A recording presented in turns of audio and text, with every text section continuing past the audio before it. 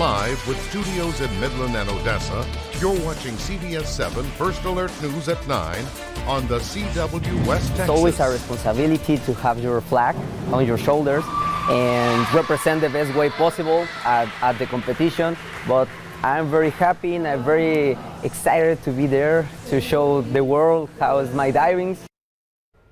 A diver training at COM is Olympic bound. We share his story coming up on CBS7 News at 9.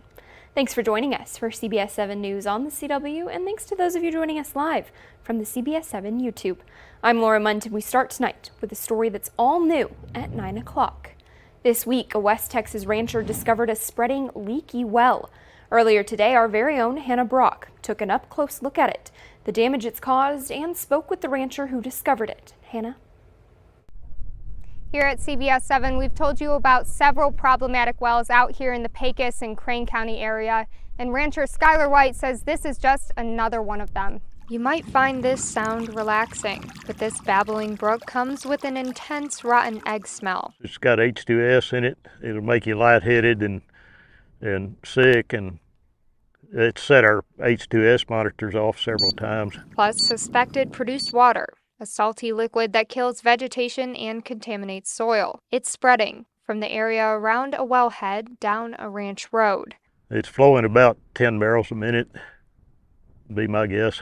This well's been flowing for a while. We didn't see it because it's kind of off the beaten path, and so we haven't seen it until it had been flowing for quite some time. I would guess this well's probably been flowing for a couple of months. You may remember Skylar White and the leaky well issues he and his fellow ranchers face on their rural West Texas ranches. White is an advocate for well cleanup and a vocal critic of the Railroad Commission. This is his latest discovery. You know, it's just another day, another well.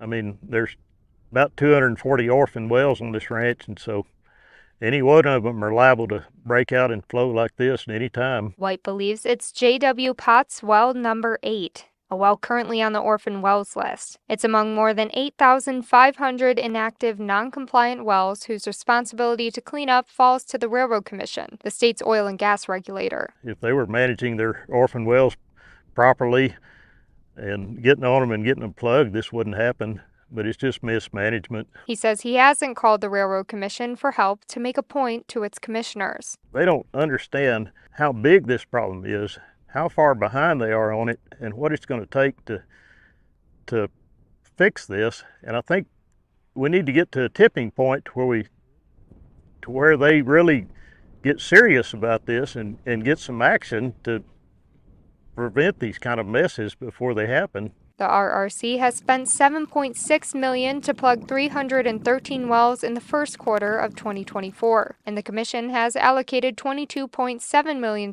in oil and gas regulation and cleanup funds to clean up wells in fiscal year 2024. White runs cattle on the ranch, but West Texan Ernest Woodward owns the land. In a phone interview, he said he's concerned about this spill polluting his water and his neighbor's water, and that he wants more people to pay attention to the issue.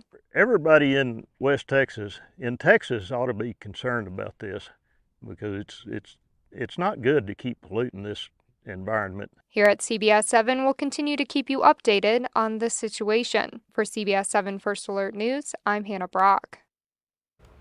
Thank you, Hannah. We have a traffic update for you now. This afternoon, a water main line on the corner of Wadley and Ward Street in Midland was hit, and it's causing water and road closures. The city says an outside contractor struck a 24-inch concrete, causing the water main to break. The public is asked to avoid the area until the fix is complete. One westbound and 2 eastbound lanes on Wadley will be closed for drivers until the repair is done. And Ward Street north of Wadley Avenue is also closed. The city released an update on the main break saying that 2 blocks of duplexes have also been affected. We're going to take a pause now and talk your weather forecast with meteorologist Sawyer McElroy. Sawyer, as we head into the weekend, what can we expect? Yeah, those hot conditions are going to continue over the next couple of days, and those dry conditions as well. Here's a look at our current temperatures across the state, ranging from the 80s to the triple digits out there. Closer to home, we're seeing those temperatures in the 80s, 90s, and triple digits as well. 94 currently in Odessa, 93 in Midland. Still hanging on to those triple digits closer to the border. A little bit cooler for our mountain areas. Here's a look at our winds. We have seen some elevated winds today, with winds anywhere from about 5 to 20 miles per hour. And here's a look at our gusts. Gusts across the region anywhere from about 20 to 35 miles per hour. The Midland reading is incorrect, but just wanted to mention that. Here's a look at satellite and radar. Mostly quiet conditions for the majority of us this evening. We have seen some very isolated showers across portions of the area, especially near the border and then far west Texas. But for most of us, we have seen quiet conditions. Through this evening, temperatures not going to cool too much into the low 80s by about 3 a.m., mid 70s by about 7, and that's only what we're really going to see for our low temperatures. But for our weekend, we're going to see those triple digits remaining and those dry conditions as well. Thank you, Sawyer. Now that you've got your weekend weather, what about some weekend plans? Tomorrow is the 27th annual Mex-Tex Family Fiesta, and for the first time, it's going to be held indoors at the Midland County Horseshoe Arena. Last year, many people struggled because of the heat, so Midland Hispanic Chamber of Commerce decided to change to an indoor and outdoor area for the first time. The fiesta will have a beauty pageant for girls in different ages, and CBS7's Matthew Alvarez will be one of the judges. But that's not all. So new this year, we have a sensory hour, so that's going to be from 12 p.m. to 3 p.m., where we have a designated area for children that, have autism or any sort of disability. We want to make sure that they are able to enjoy the experience as well. Traditional events like mariachi and folklorico dancing will return, as well as live music from multiple bands, and families from all parts of West Texas are welcome to the fiesta. As a community, we are united. Just like when we come together to participate in political events, we also like to participate in family events, and surely to have events that anyone can enjoy. And for any of you chefs out there, there will be a menudo and fajita cook-off that the public can take part in, as well as a cornhole tournament. The fiesta begins at noon, and for information on tickets, you can visit our website, that's cbs7.com. And after the fiesta, head on over to the Ector County Coliseum for the West Texas Desert Hawks game. The Hawks welcomed the Albany Firebirds into town. When these two teams first met in late May, a quick comeback from Albany propelled them to a 1-point win in the final seconds of regulation. Desert Hawks head coach Chris Siegfried understands the urgency to get back on track, especially with the hopes to make playoffs. At the end of the day, they made one more play than we did, and that's why they won the game. So, hopefully the roles are reversed this week and we can come out on top. We've dug ourselves a little bit of a hole, but as long as we win the games in front of us, we control our own destiny as far as this season and hopefully the playoffs. If you can't make it to the Coliseum, tomorrow's game will be aired on KWWT My 30. Kickoff is at 7. And you might want to bookmark this next story for your summer calendar. All summer long, Ector County and Midland County libraries will have activities like storytelling, performers, and exhibits for kids to enjoy. Right now in Midland, the framed Step Into Art exhibit shows that it's never too early for children to enjoy the beauty of art. Attendees can explore 5 famous artworks and step into interactive settings, helping those who attend appreciate art. And while summer break means school's out, that doesn't mean learning has stopped. The summer slide is real. So the summer slide is when your kids go to school and they learn so much, and then they're off for like 2 months, and then they go back to school and they don't remember anything. Reading is so important to making sure that summer slide doesn't happen. The theme of the summer for the Ector County Library is, quote, "Adventure begins in the library." All around the building, they've got dinosaur and action hero displays to match the theme. But the most exciting part of this theme are the adventure walks. It tells a story, and instead of reading the story, which is great, they're actually walking through the story. It's like they're actually in the book and they're actually experiencing it. And for kids who might need a little more motivation to go to the library during the summer, at both the Midland and Ector County libraries, prizes will be available for those who complete the summer reading program. And like the activities, the program and prizes are not just for the kids. And take a look at this. A diver from the COM Aquatic Center, Jonathan Ruvalcaba, is set to represent the Dominican Republic diving team in the Olympics this summer. Jonathan came to the COM to continue training on his diving, and this is his second time competing in the Olympics, and he's ready to show the world exactly what he can do, especially because the first time he competed, COVID protocols made things really difficult. This year, he's hoping to win an Olympic gold medal. My first Olympic Games was in the middle of the COVID, so it was a little bit different, I think. So I want to improve my performance. I'm going to try to new dives to increase the difficult degree of my list program. So I'm very excited to show the world my improvements. Jonathan is the first COM aquatic diver to go to the Olympics. You can watch the Olympics next month on our sister station, Telemundo 20. And still ahead, crews are working around the clock to clean up the mess 3 days after storms ripped through East Texas. We've got the details next.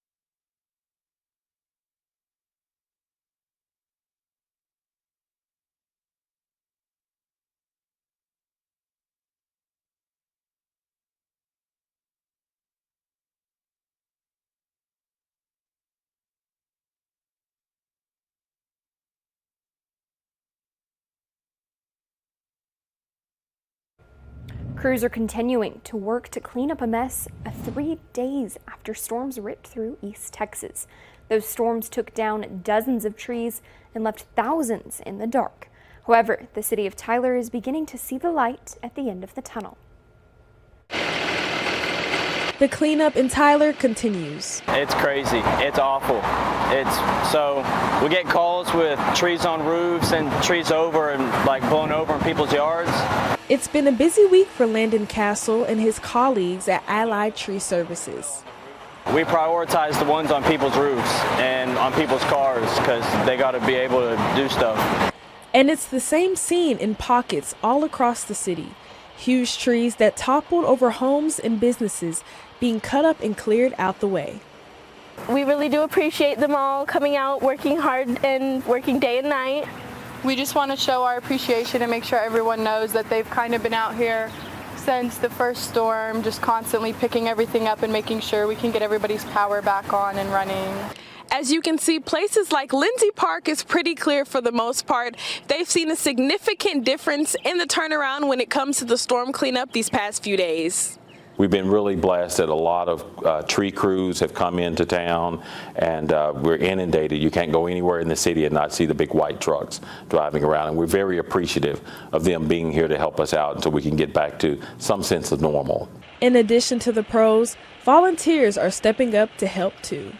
Hats off to Tyler. Tyler is one of those cities that reach out, and if someone's helping us, and even if they're not, they reach out to help every way they can. With many of these resources available to community members and workers, the city asks that you do your part and report personal property damages to the Texas Division of Emergency Management through the ISTAT Damage Surveys Texas.gov.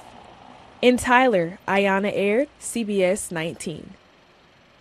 The heat continues this weekend across the area, but we are looking at a slight cool down as we head into the new work week. I'll have all the details on what to expect coming up in just a few minutes.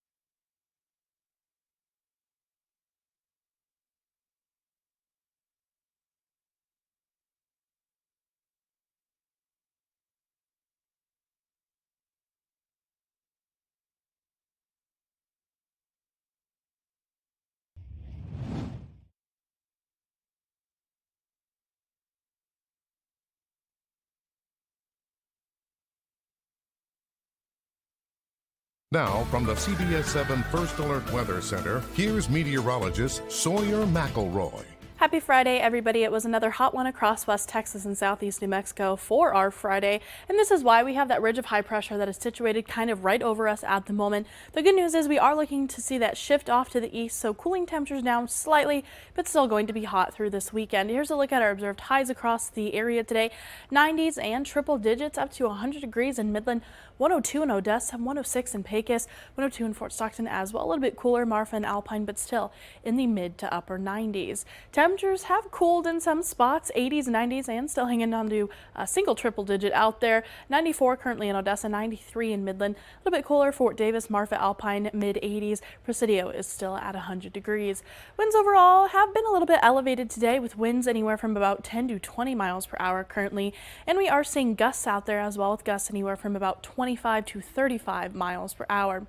Looking at satellite and radar, mostly clear skies and mostly quiet conditions throughout the day. We are seeing some showers, especially across far west Texas, and we saw some showers near the border earlier this evening, but otherwise the majority of us have seen quiet conditions.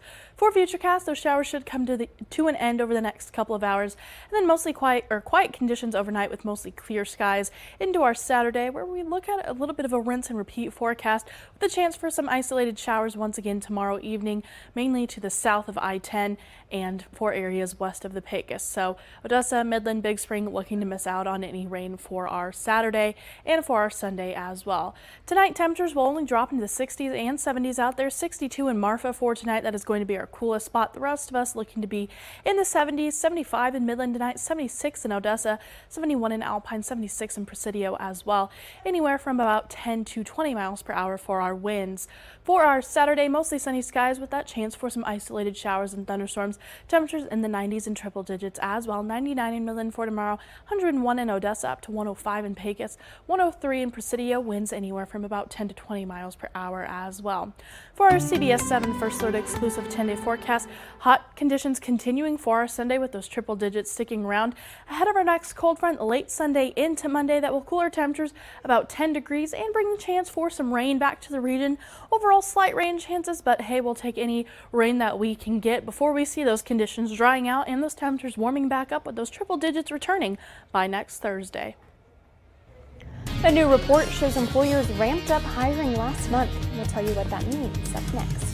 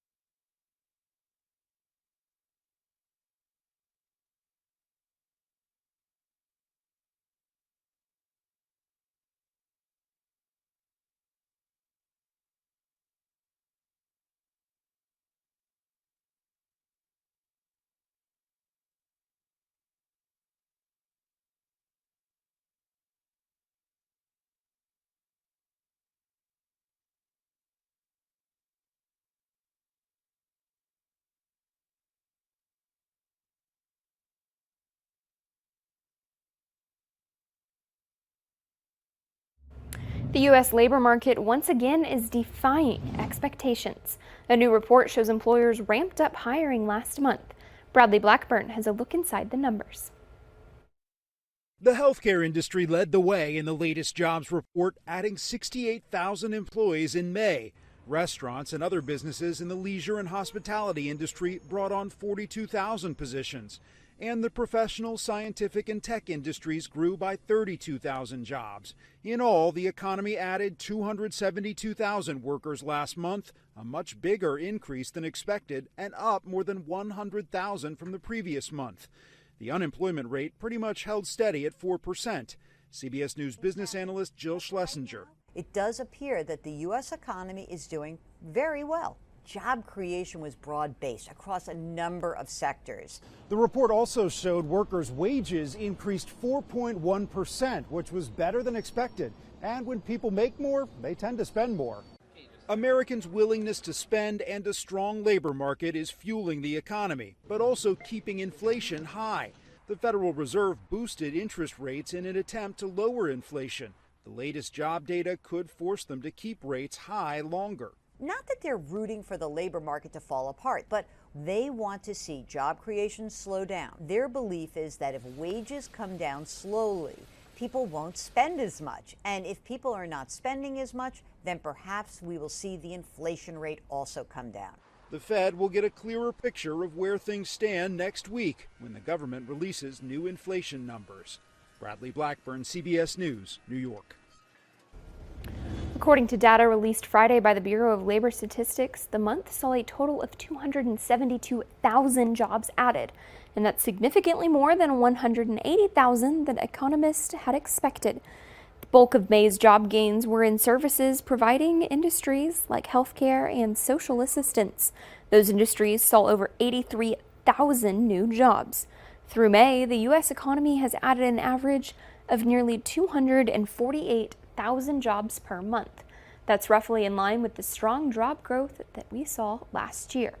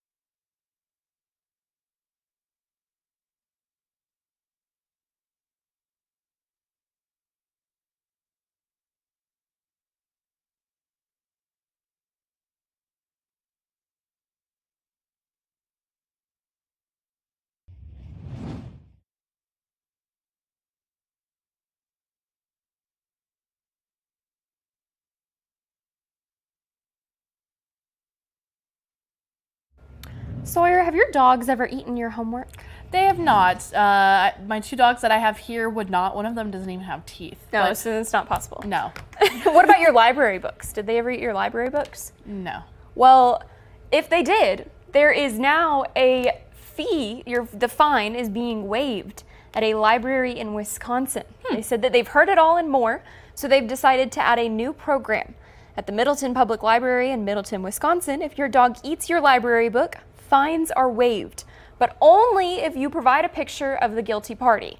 So like a mugshot of your dog that ate your homework. And a lot of people are sending a picture of the dog that ate the homework, and then they're following it by a picture of the eaten library book that's been destroyed. And they did say, I read that they're not only if it's a dog that destroys the library book, if it's a kid too. Or any being that destroys the library book, as long as you submit a picture of the guilty party, it's okay. And they'll waive your fee.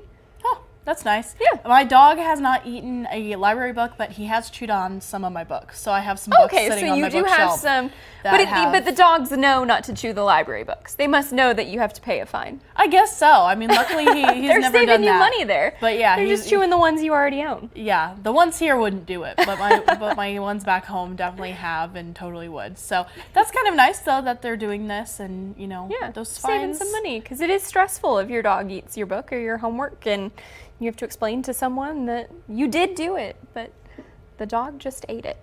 Yeah, maybe a good weekend to stay inside and read some books, because it's going to be a hot one with those temperatures in the triple digits and dry conditions. All right, thank you, Sawyer. We'll see you right back here tonight on CBS7 News at 10.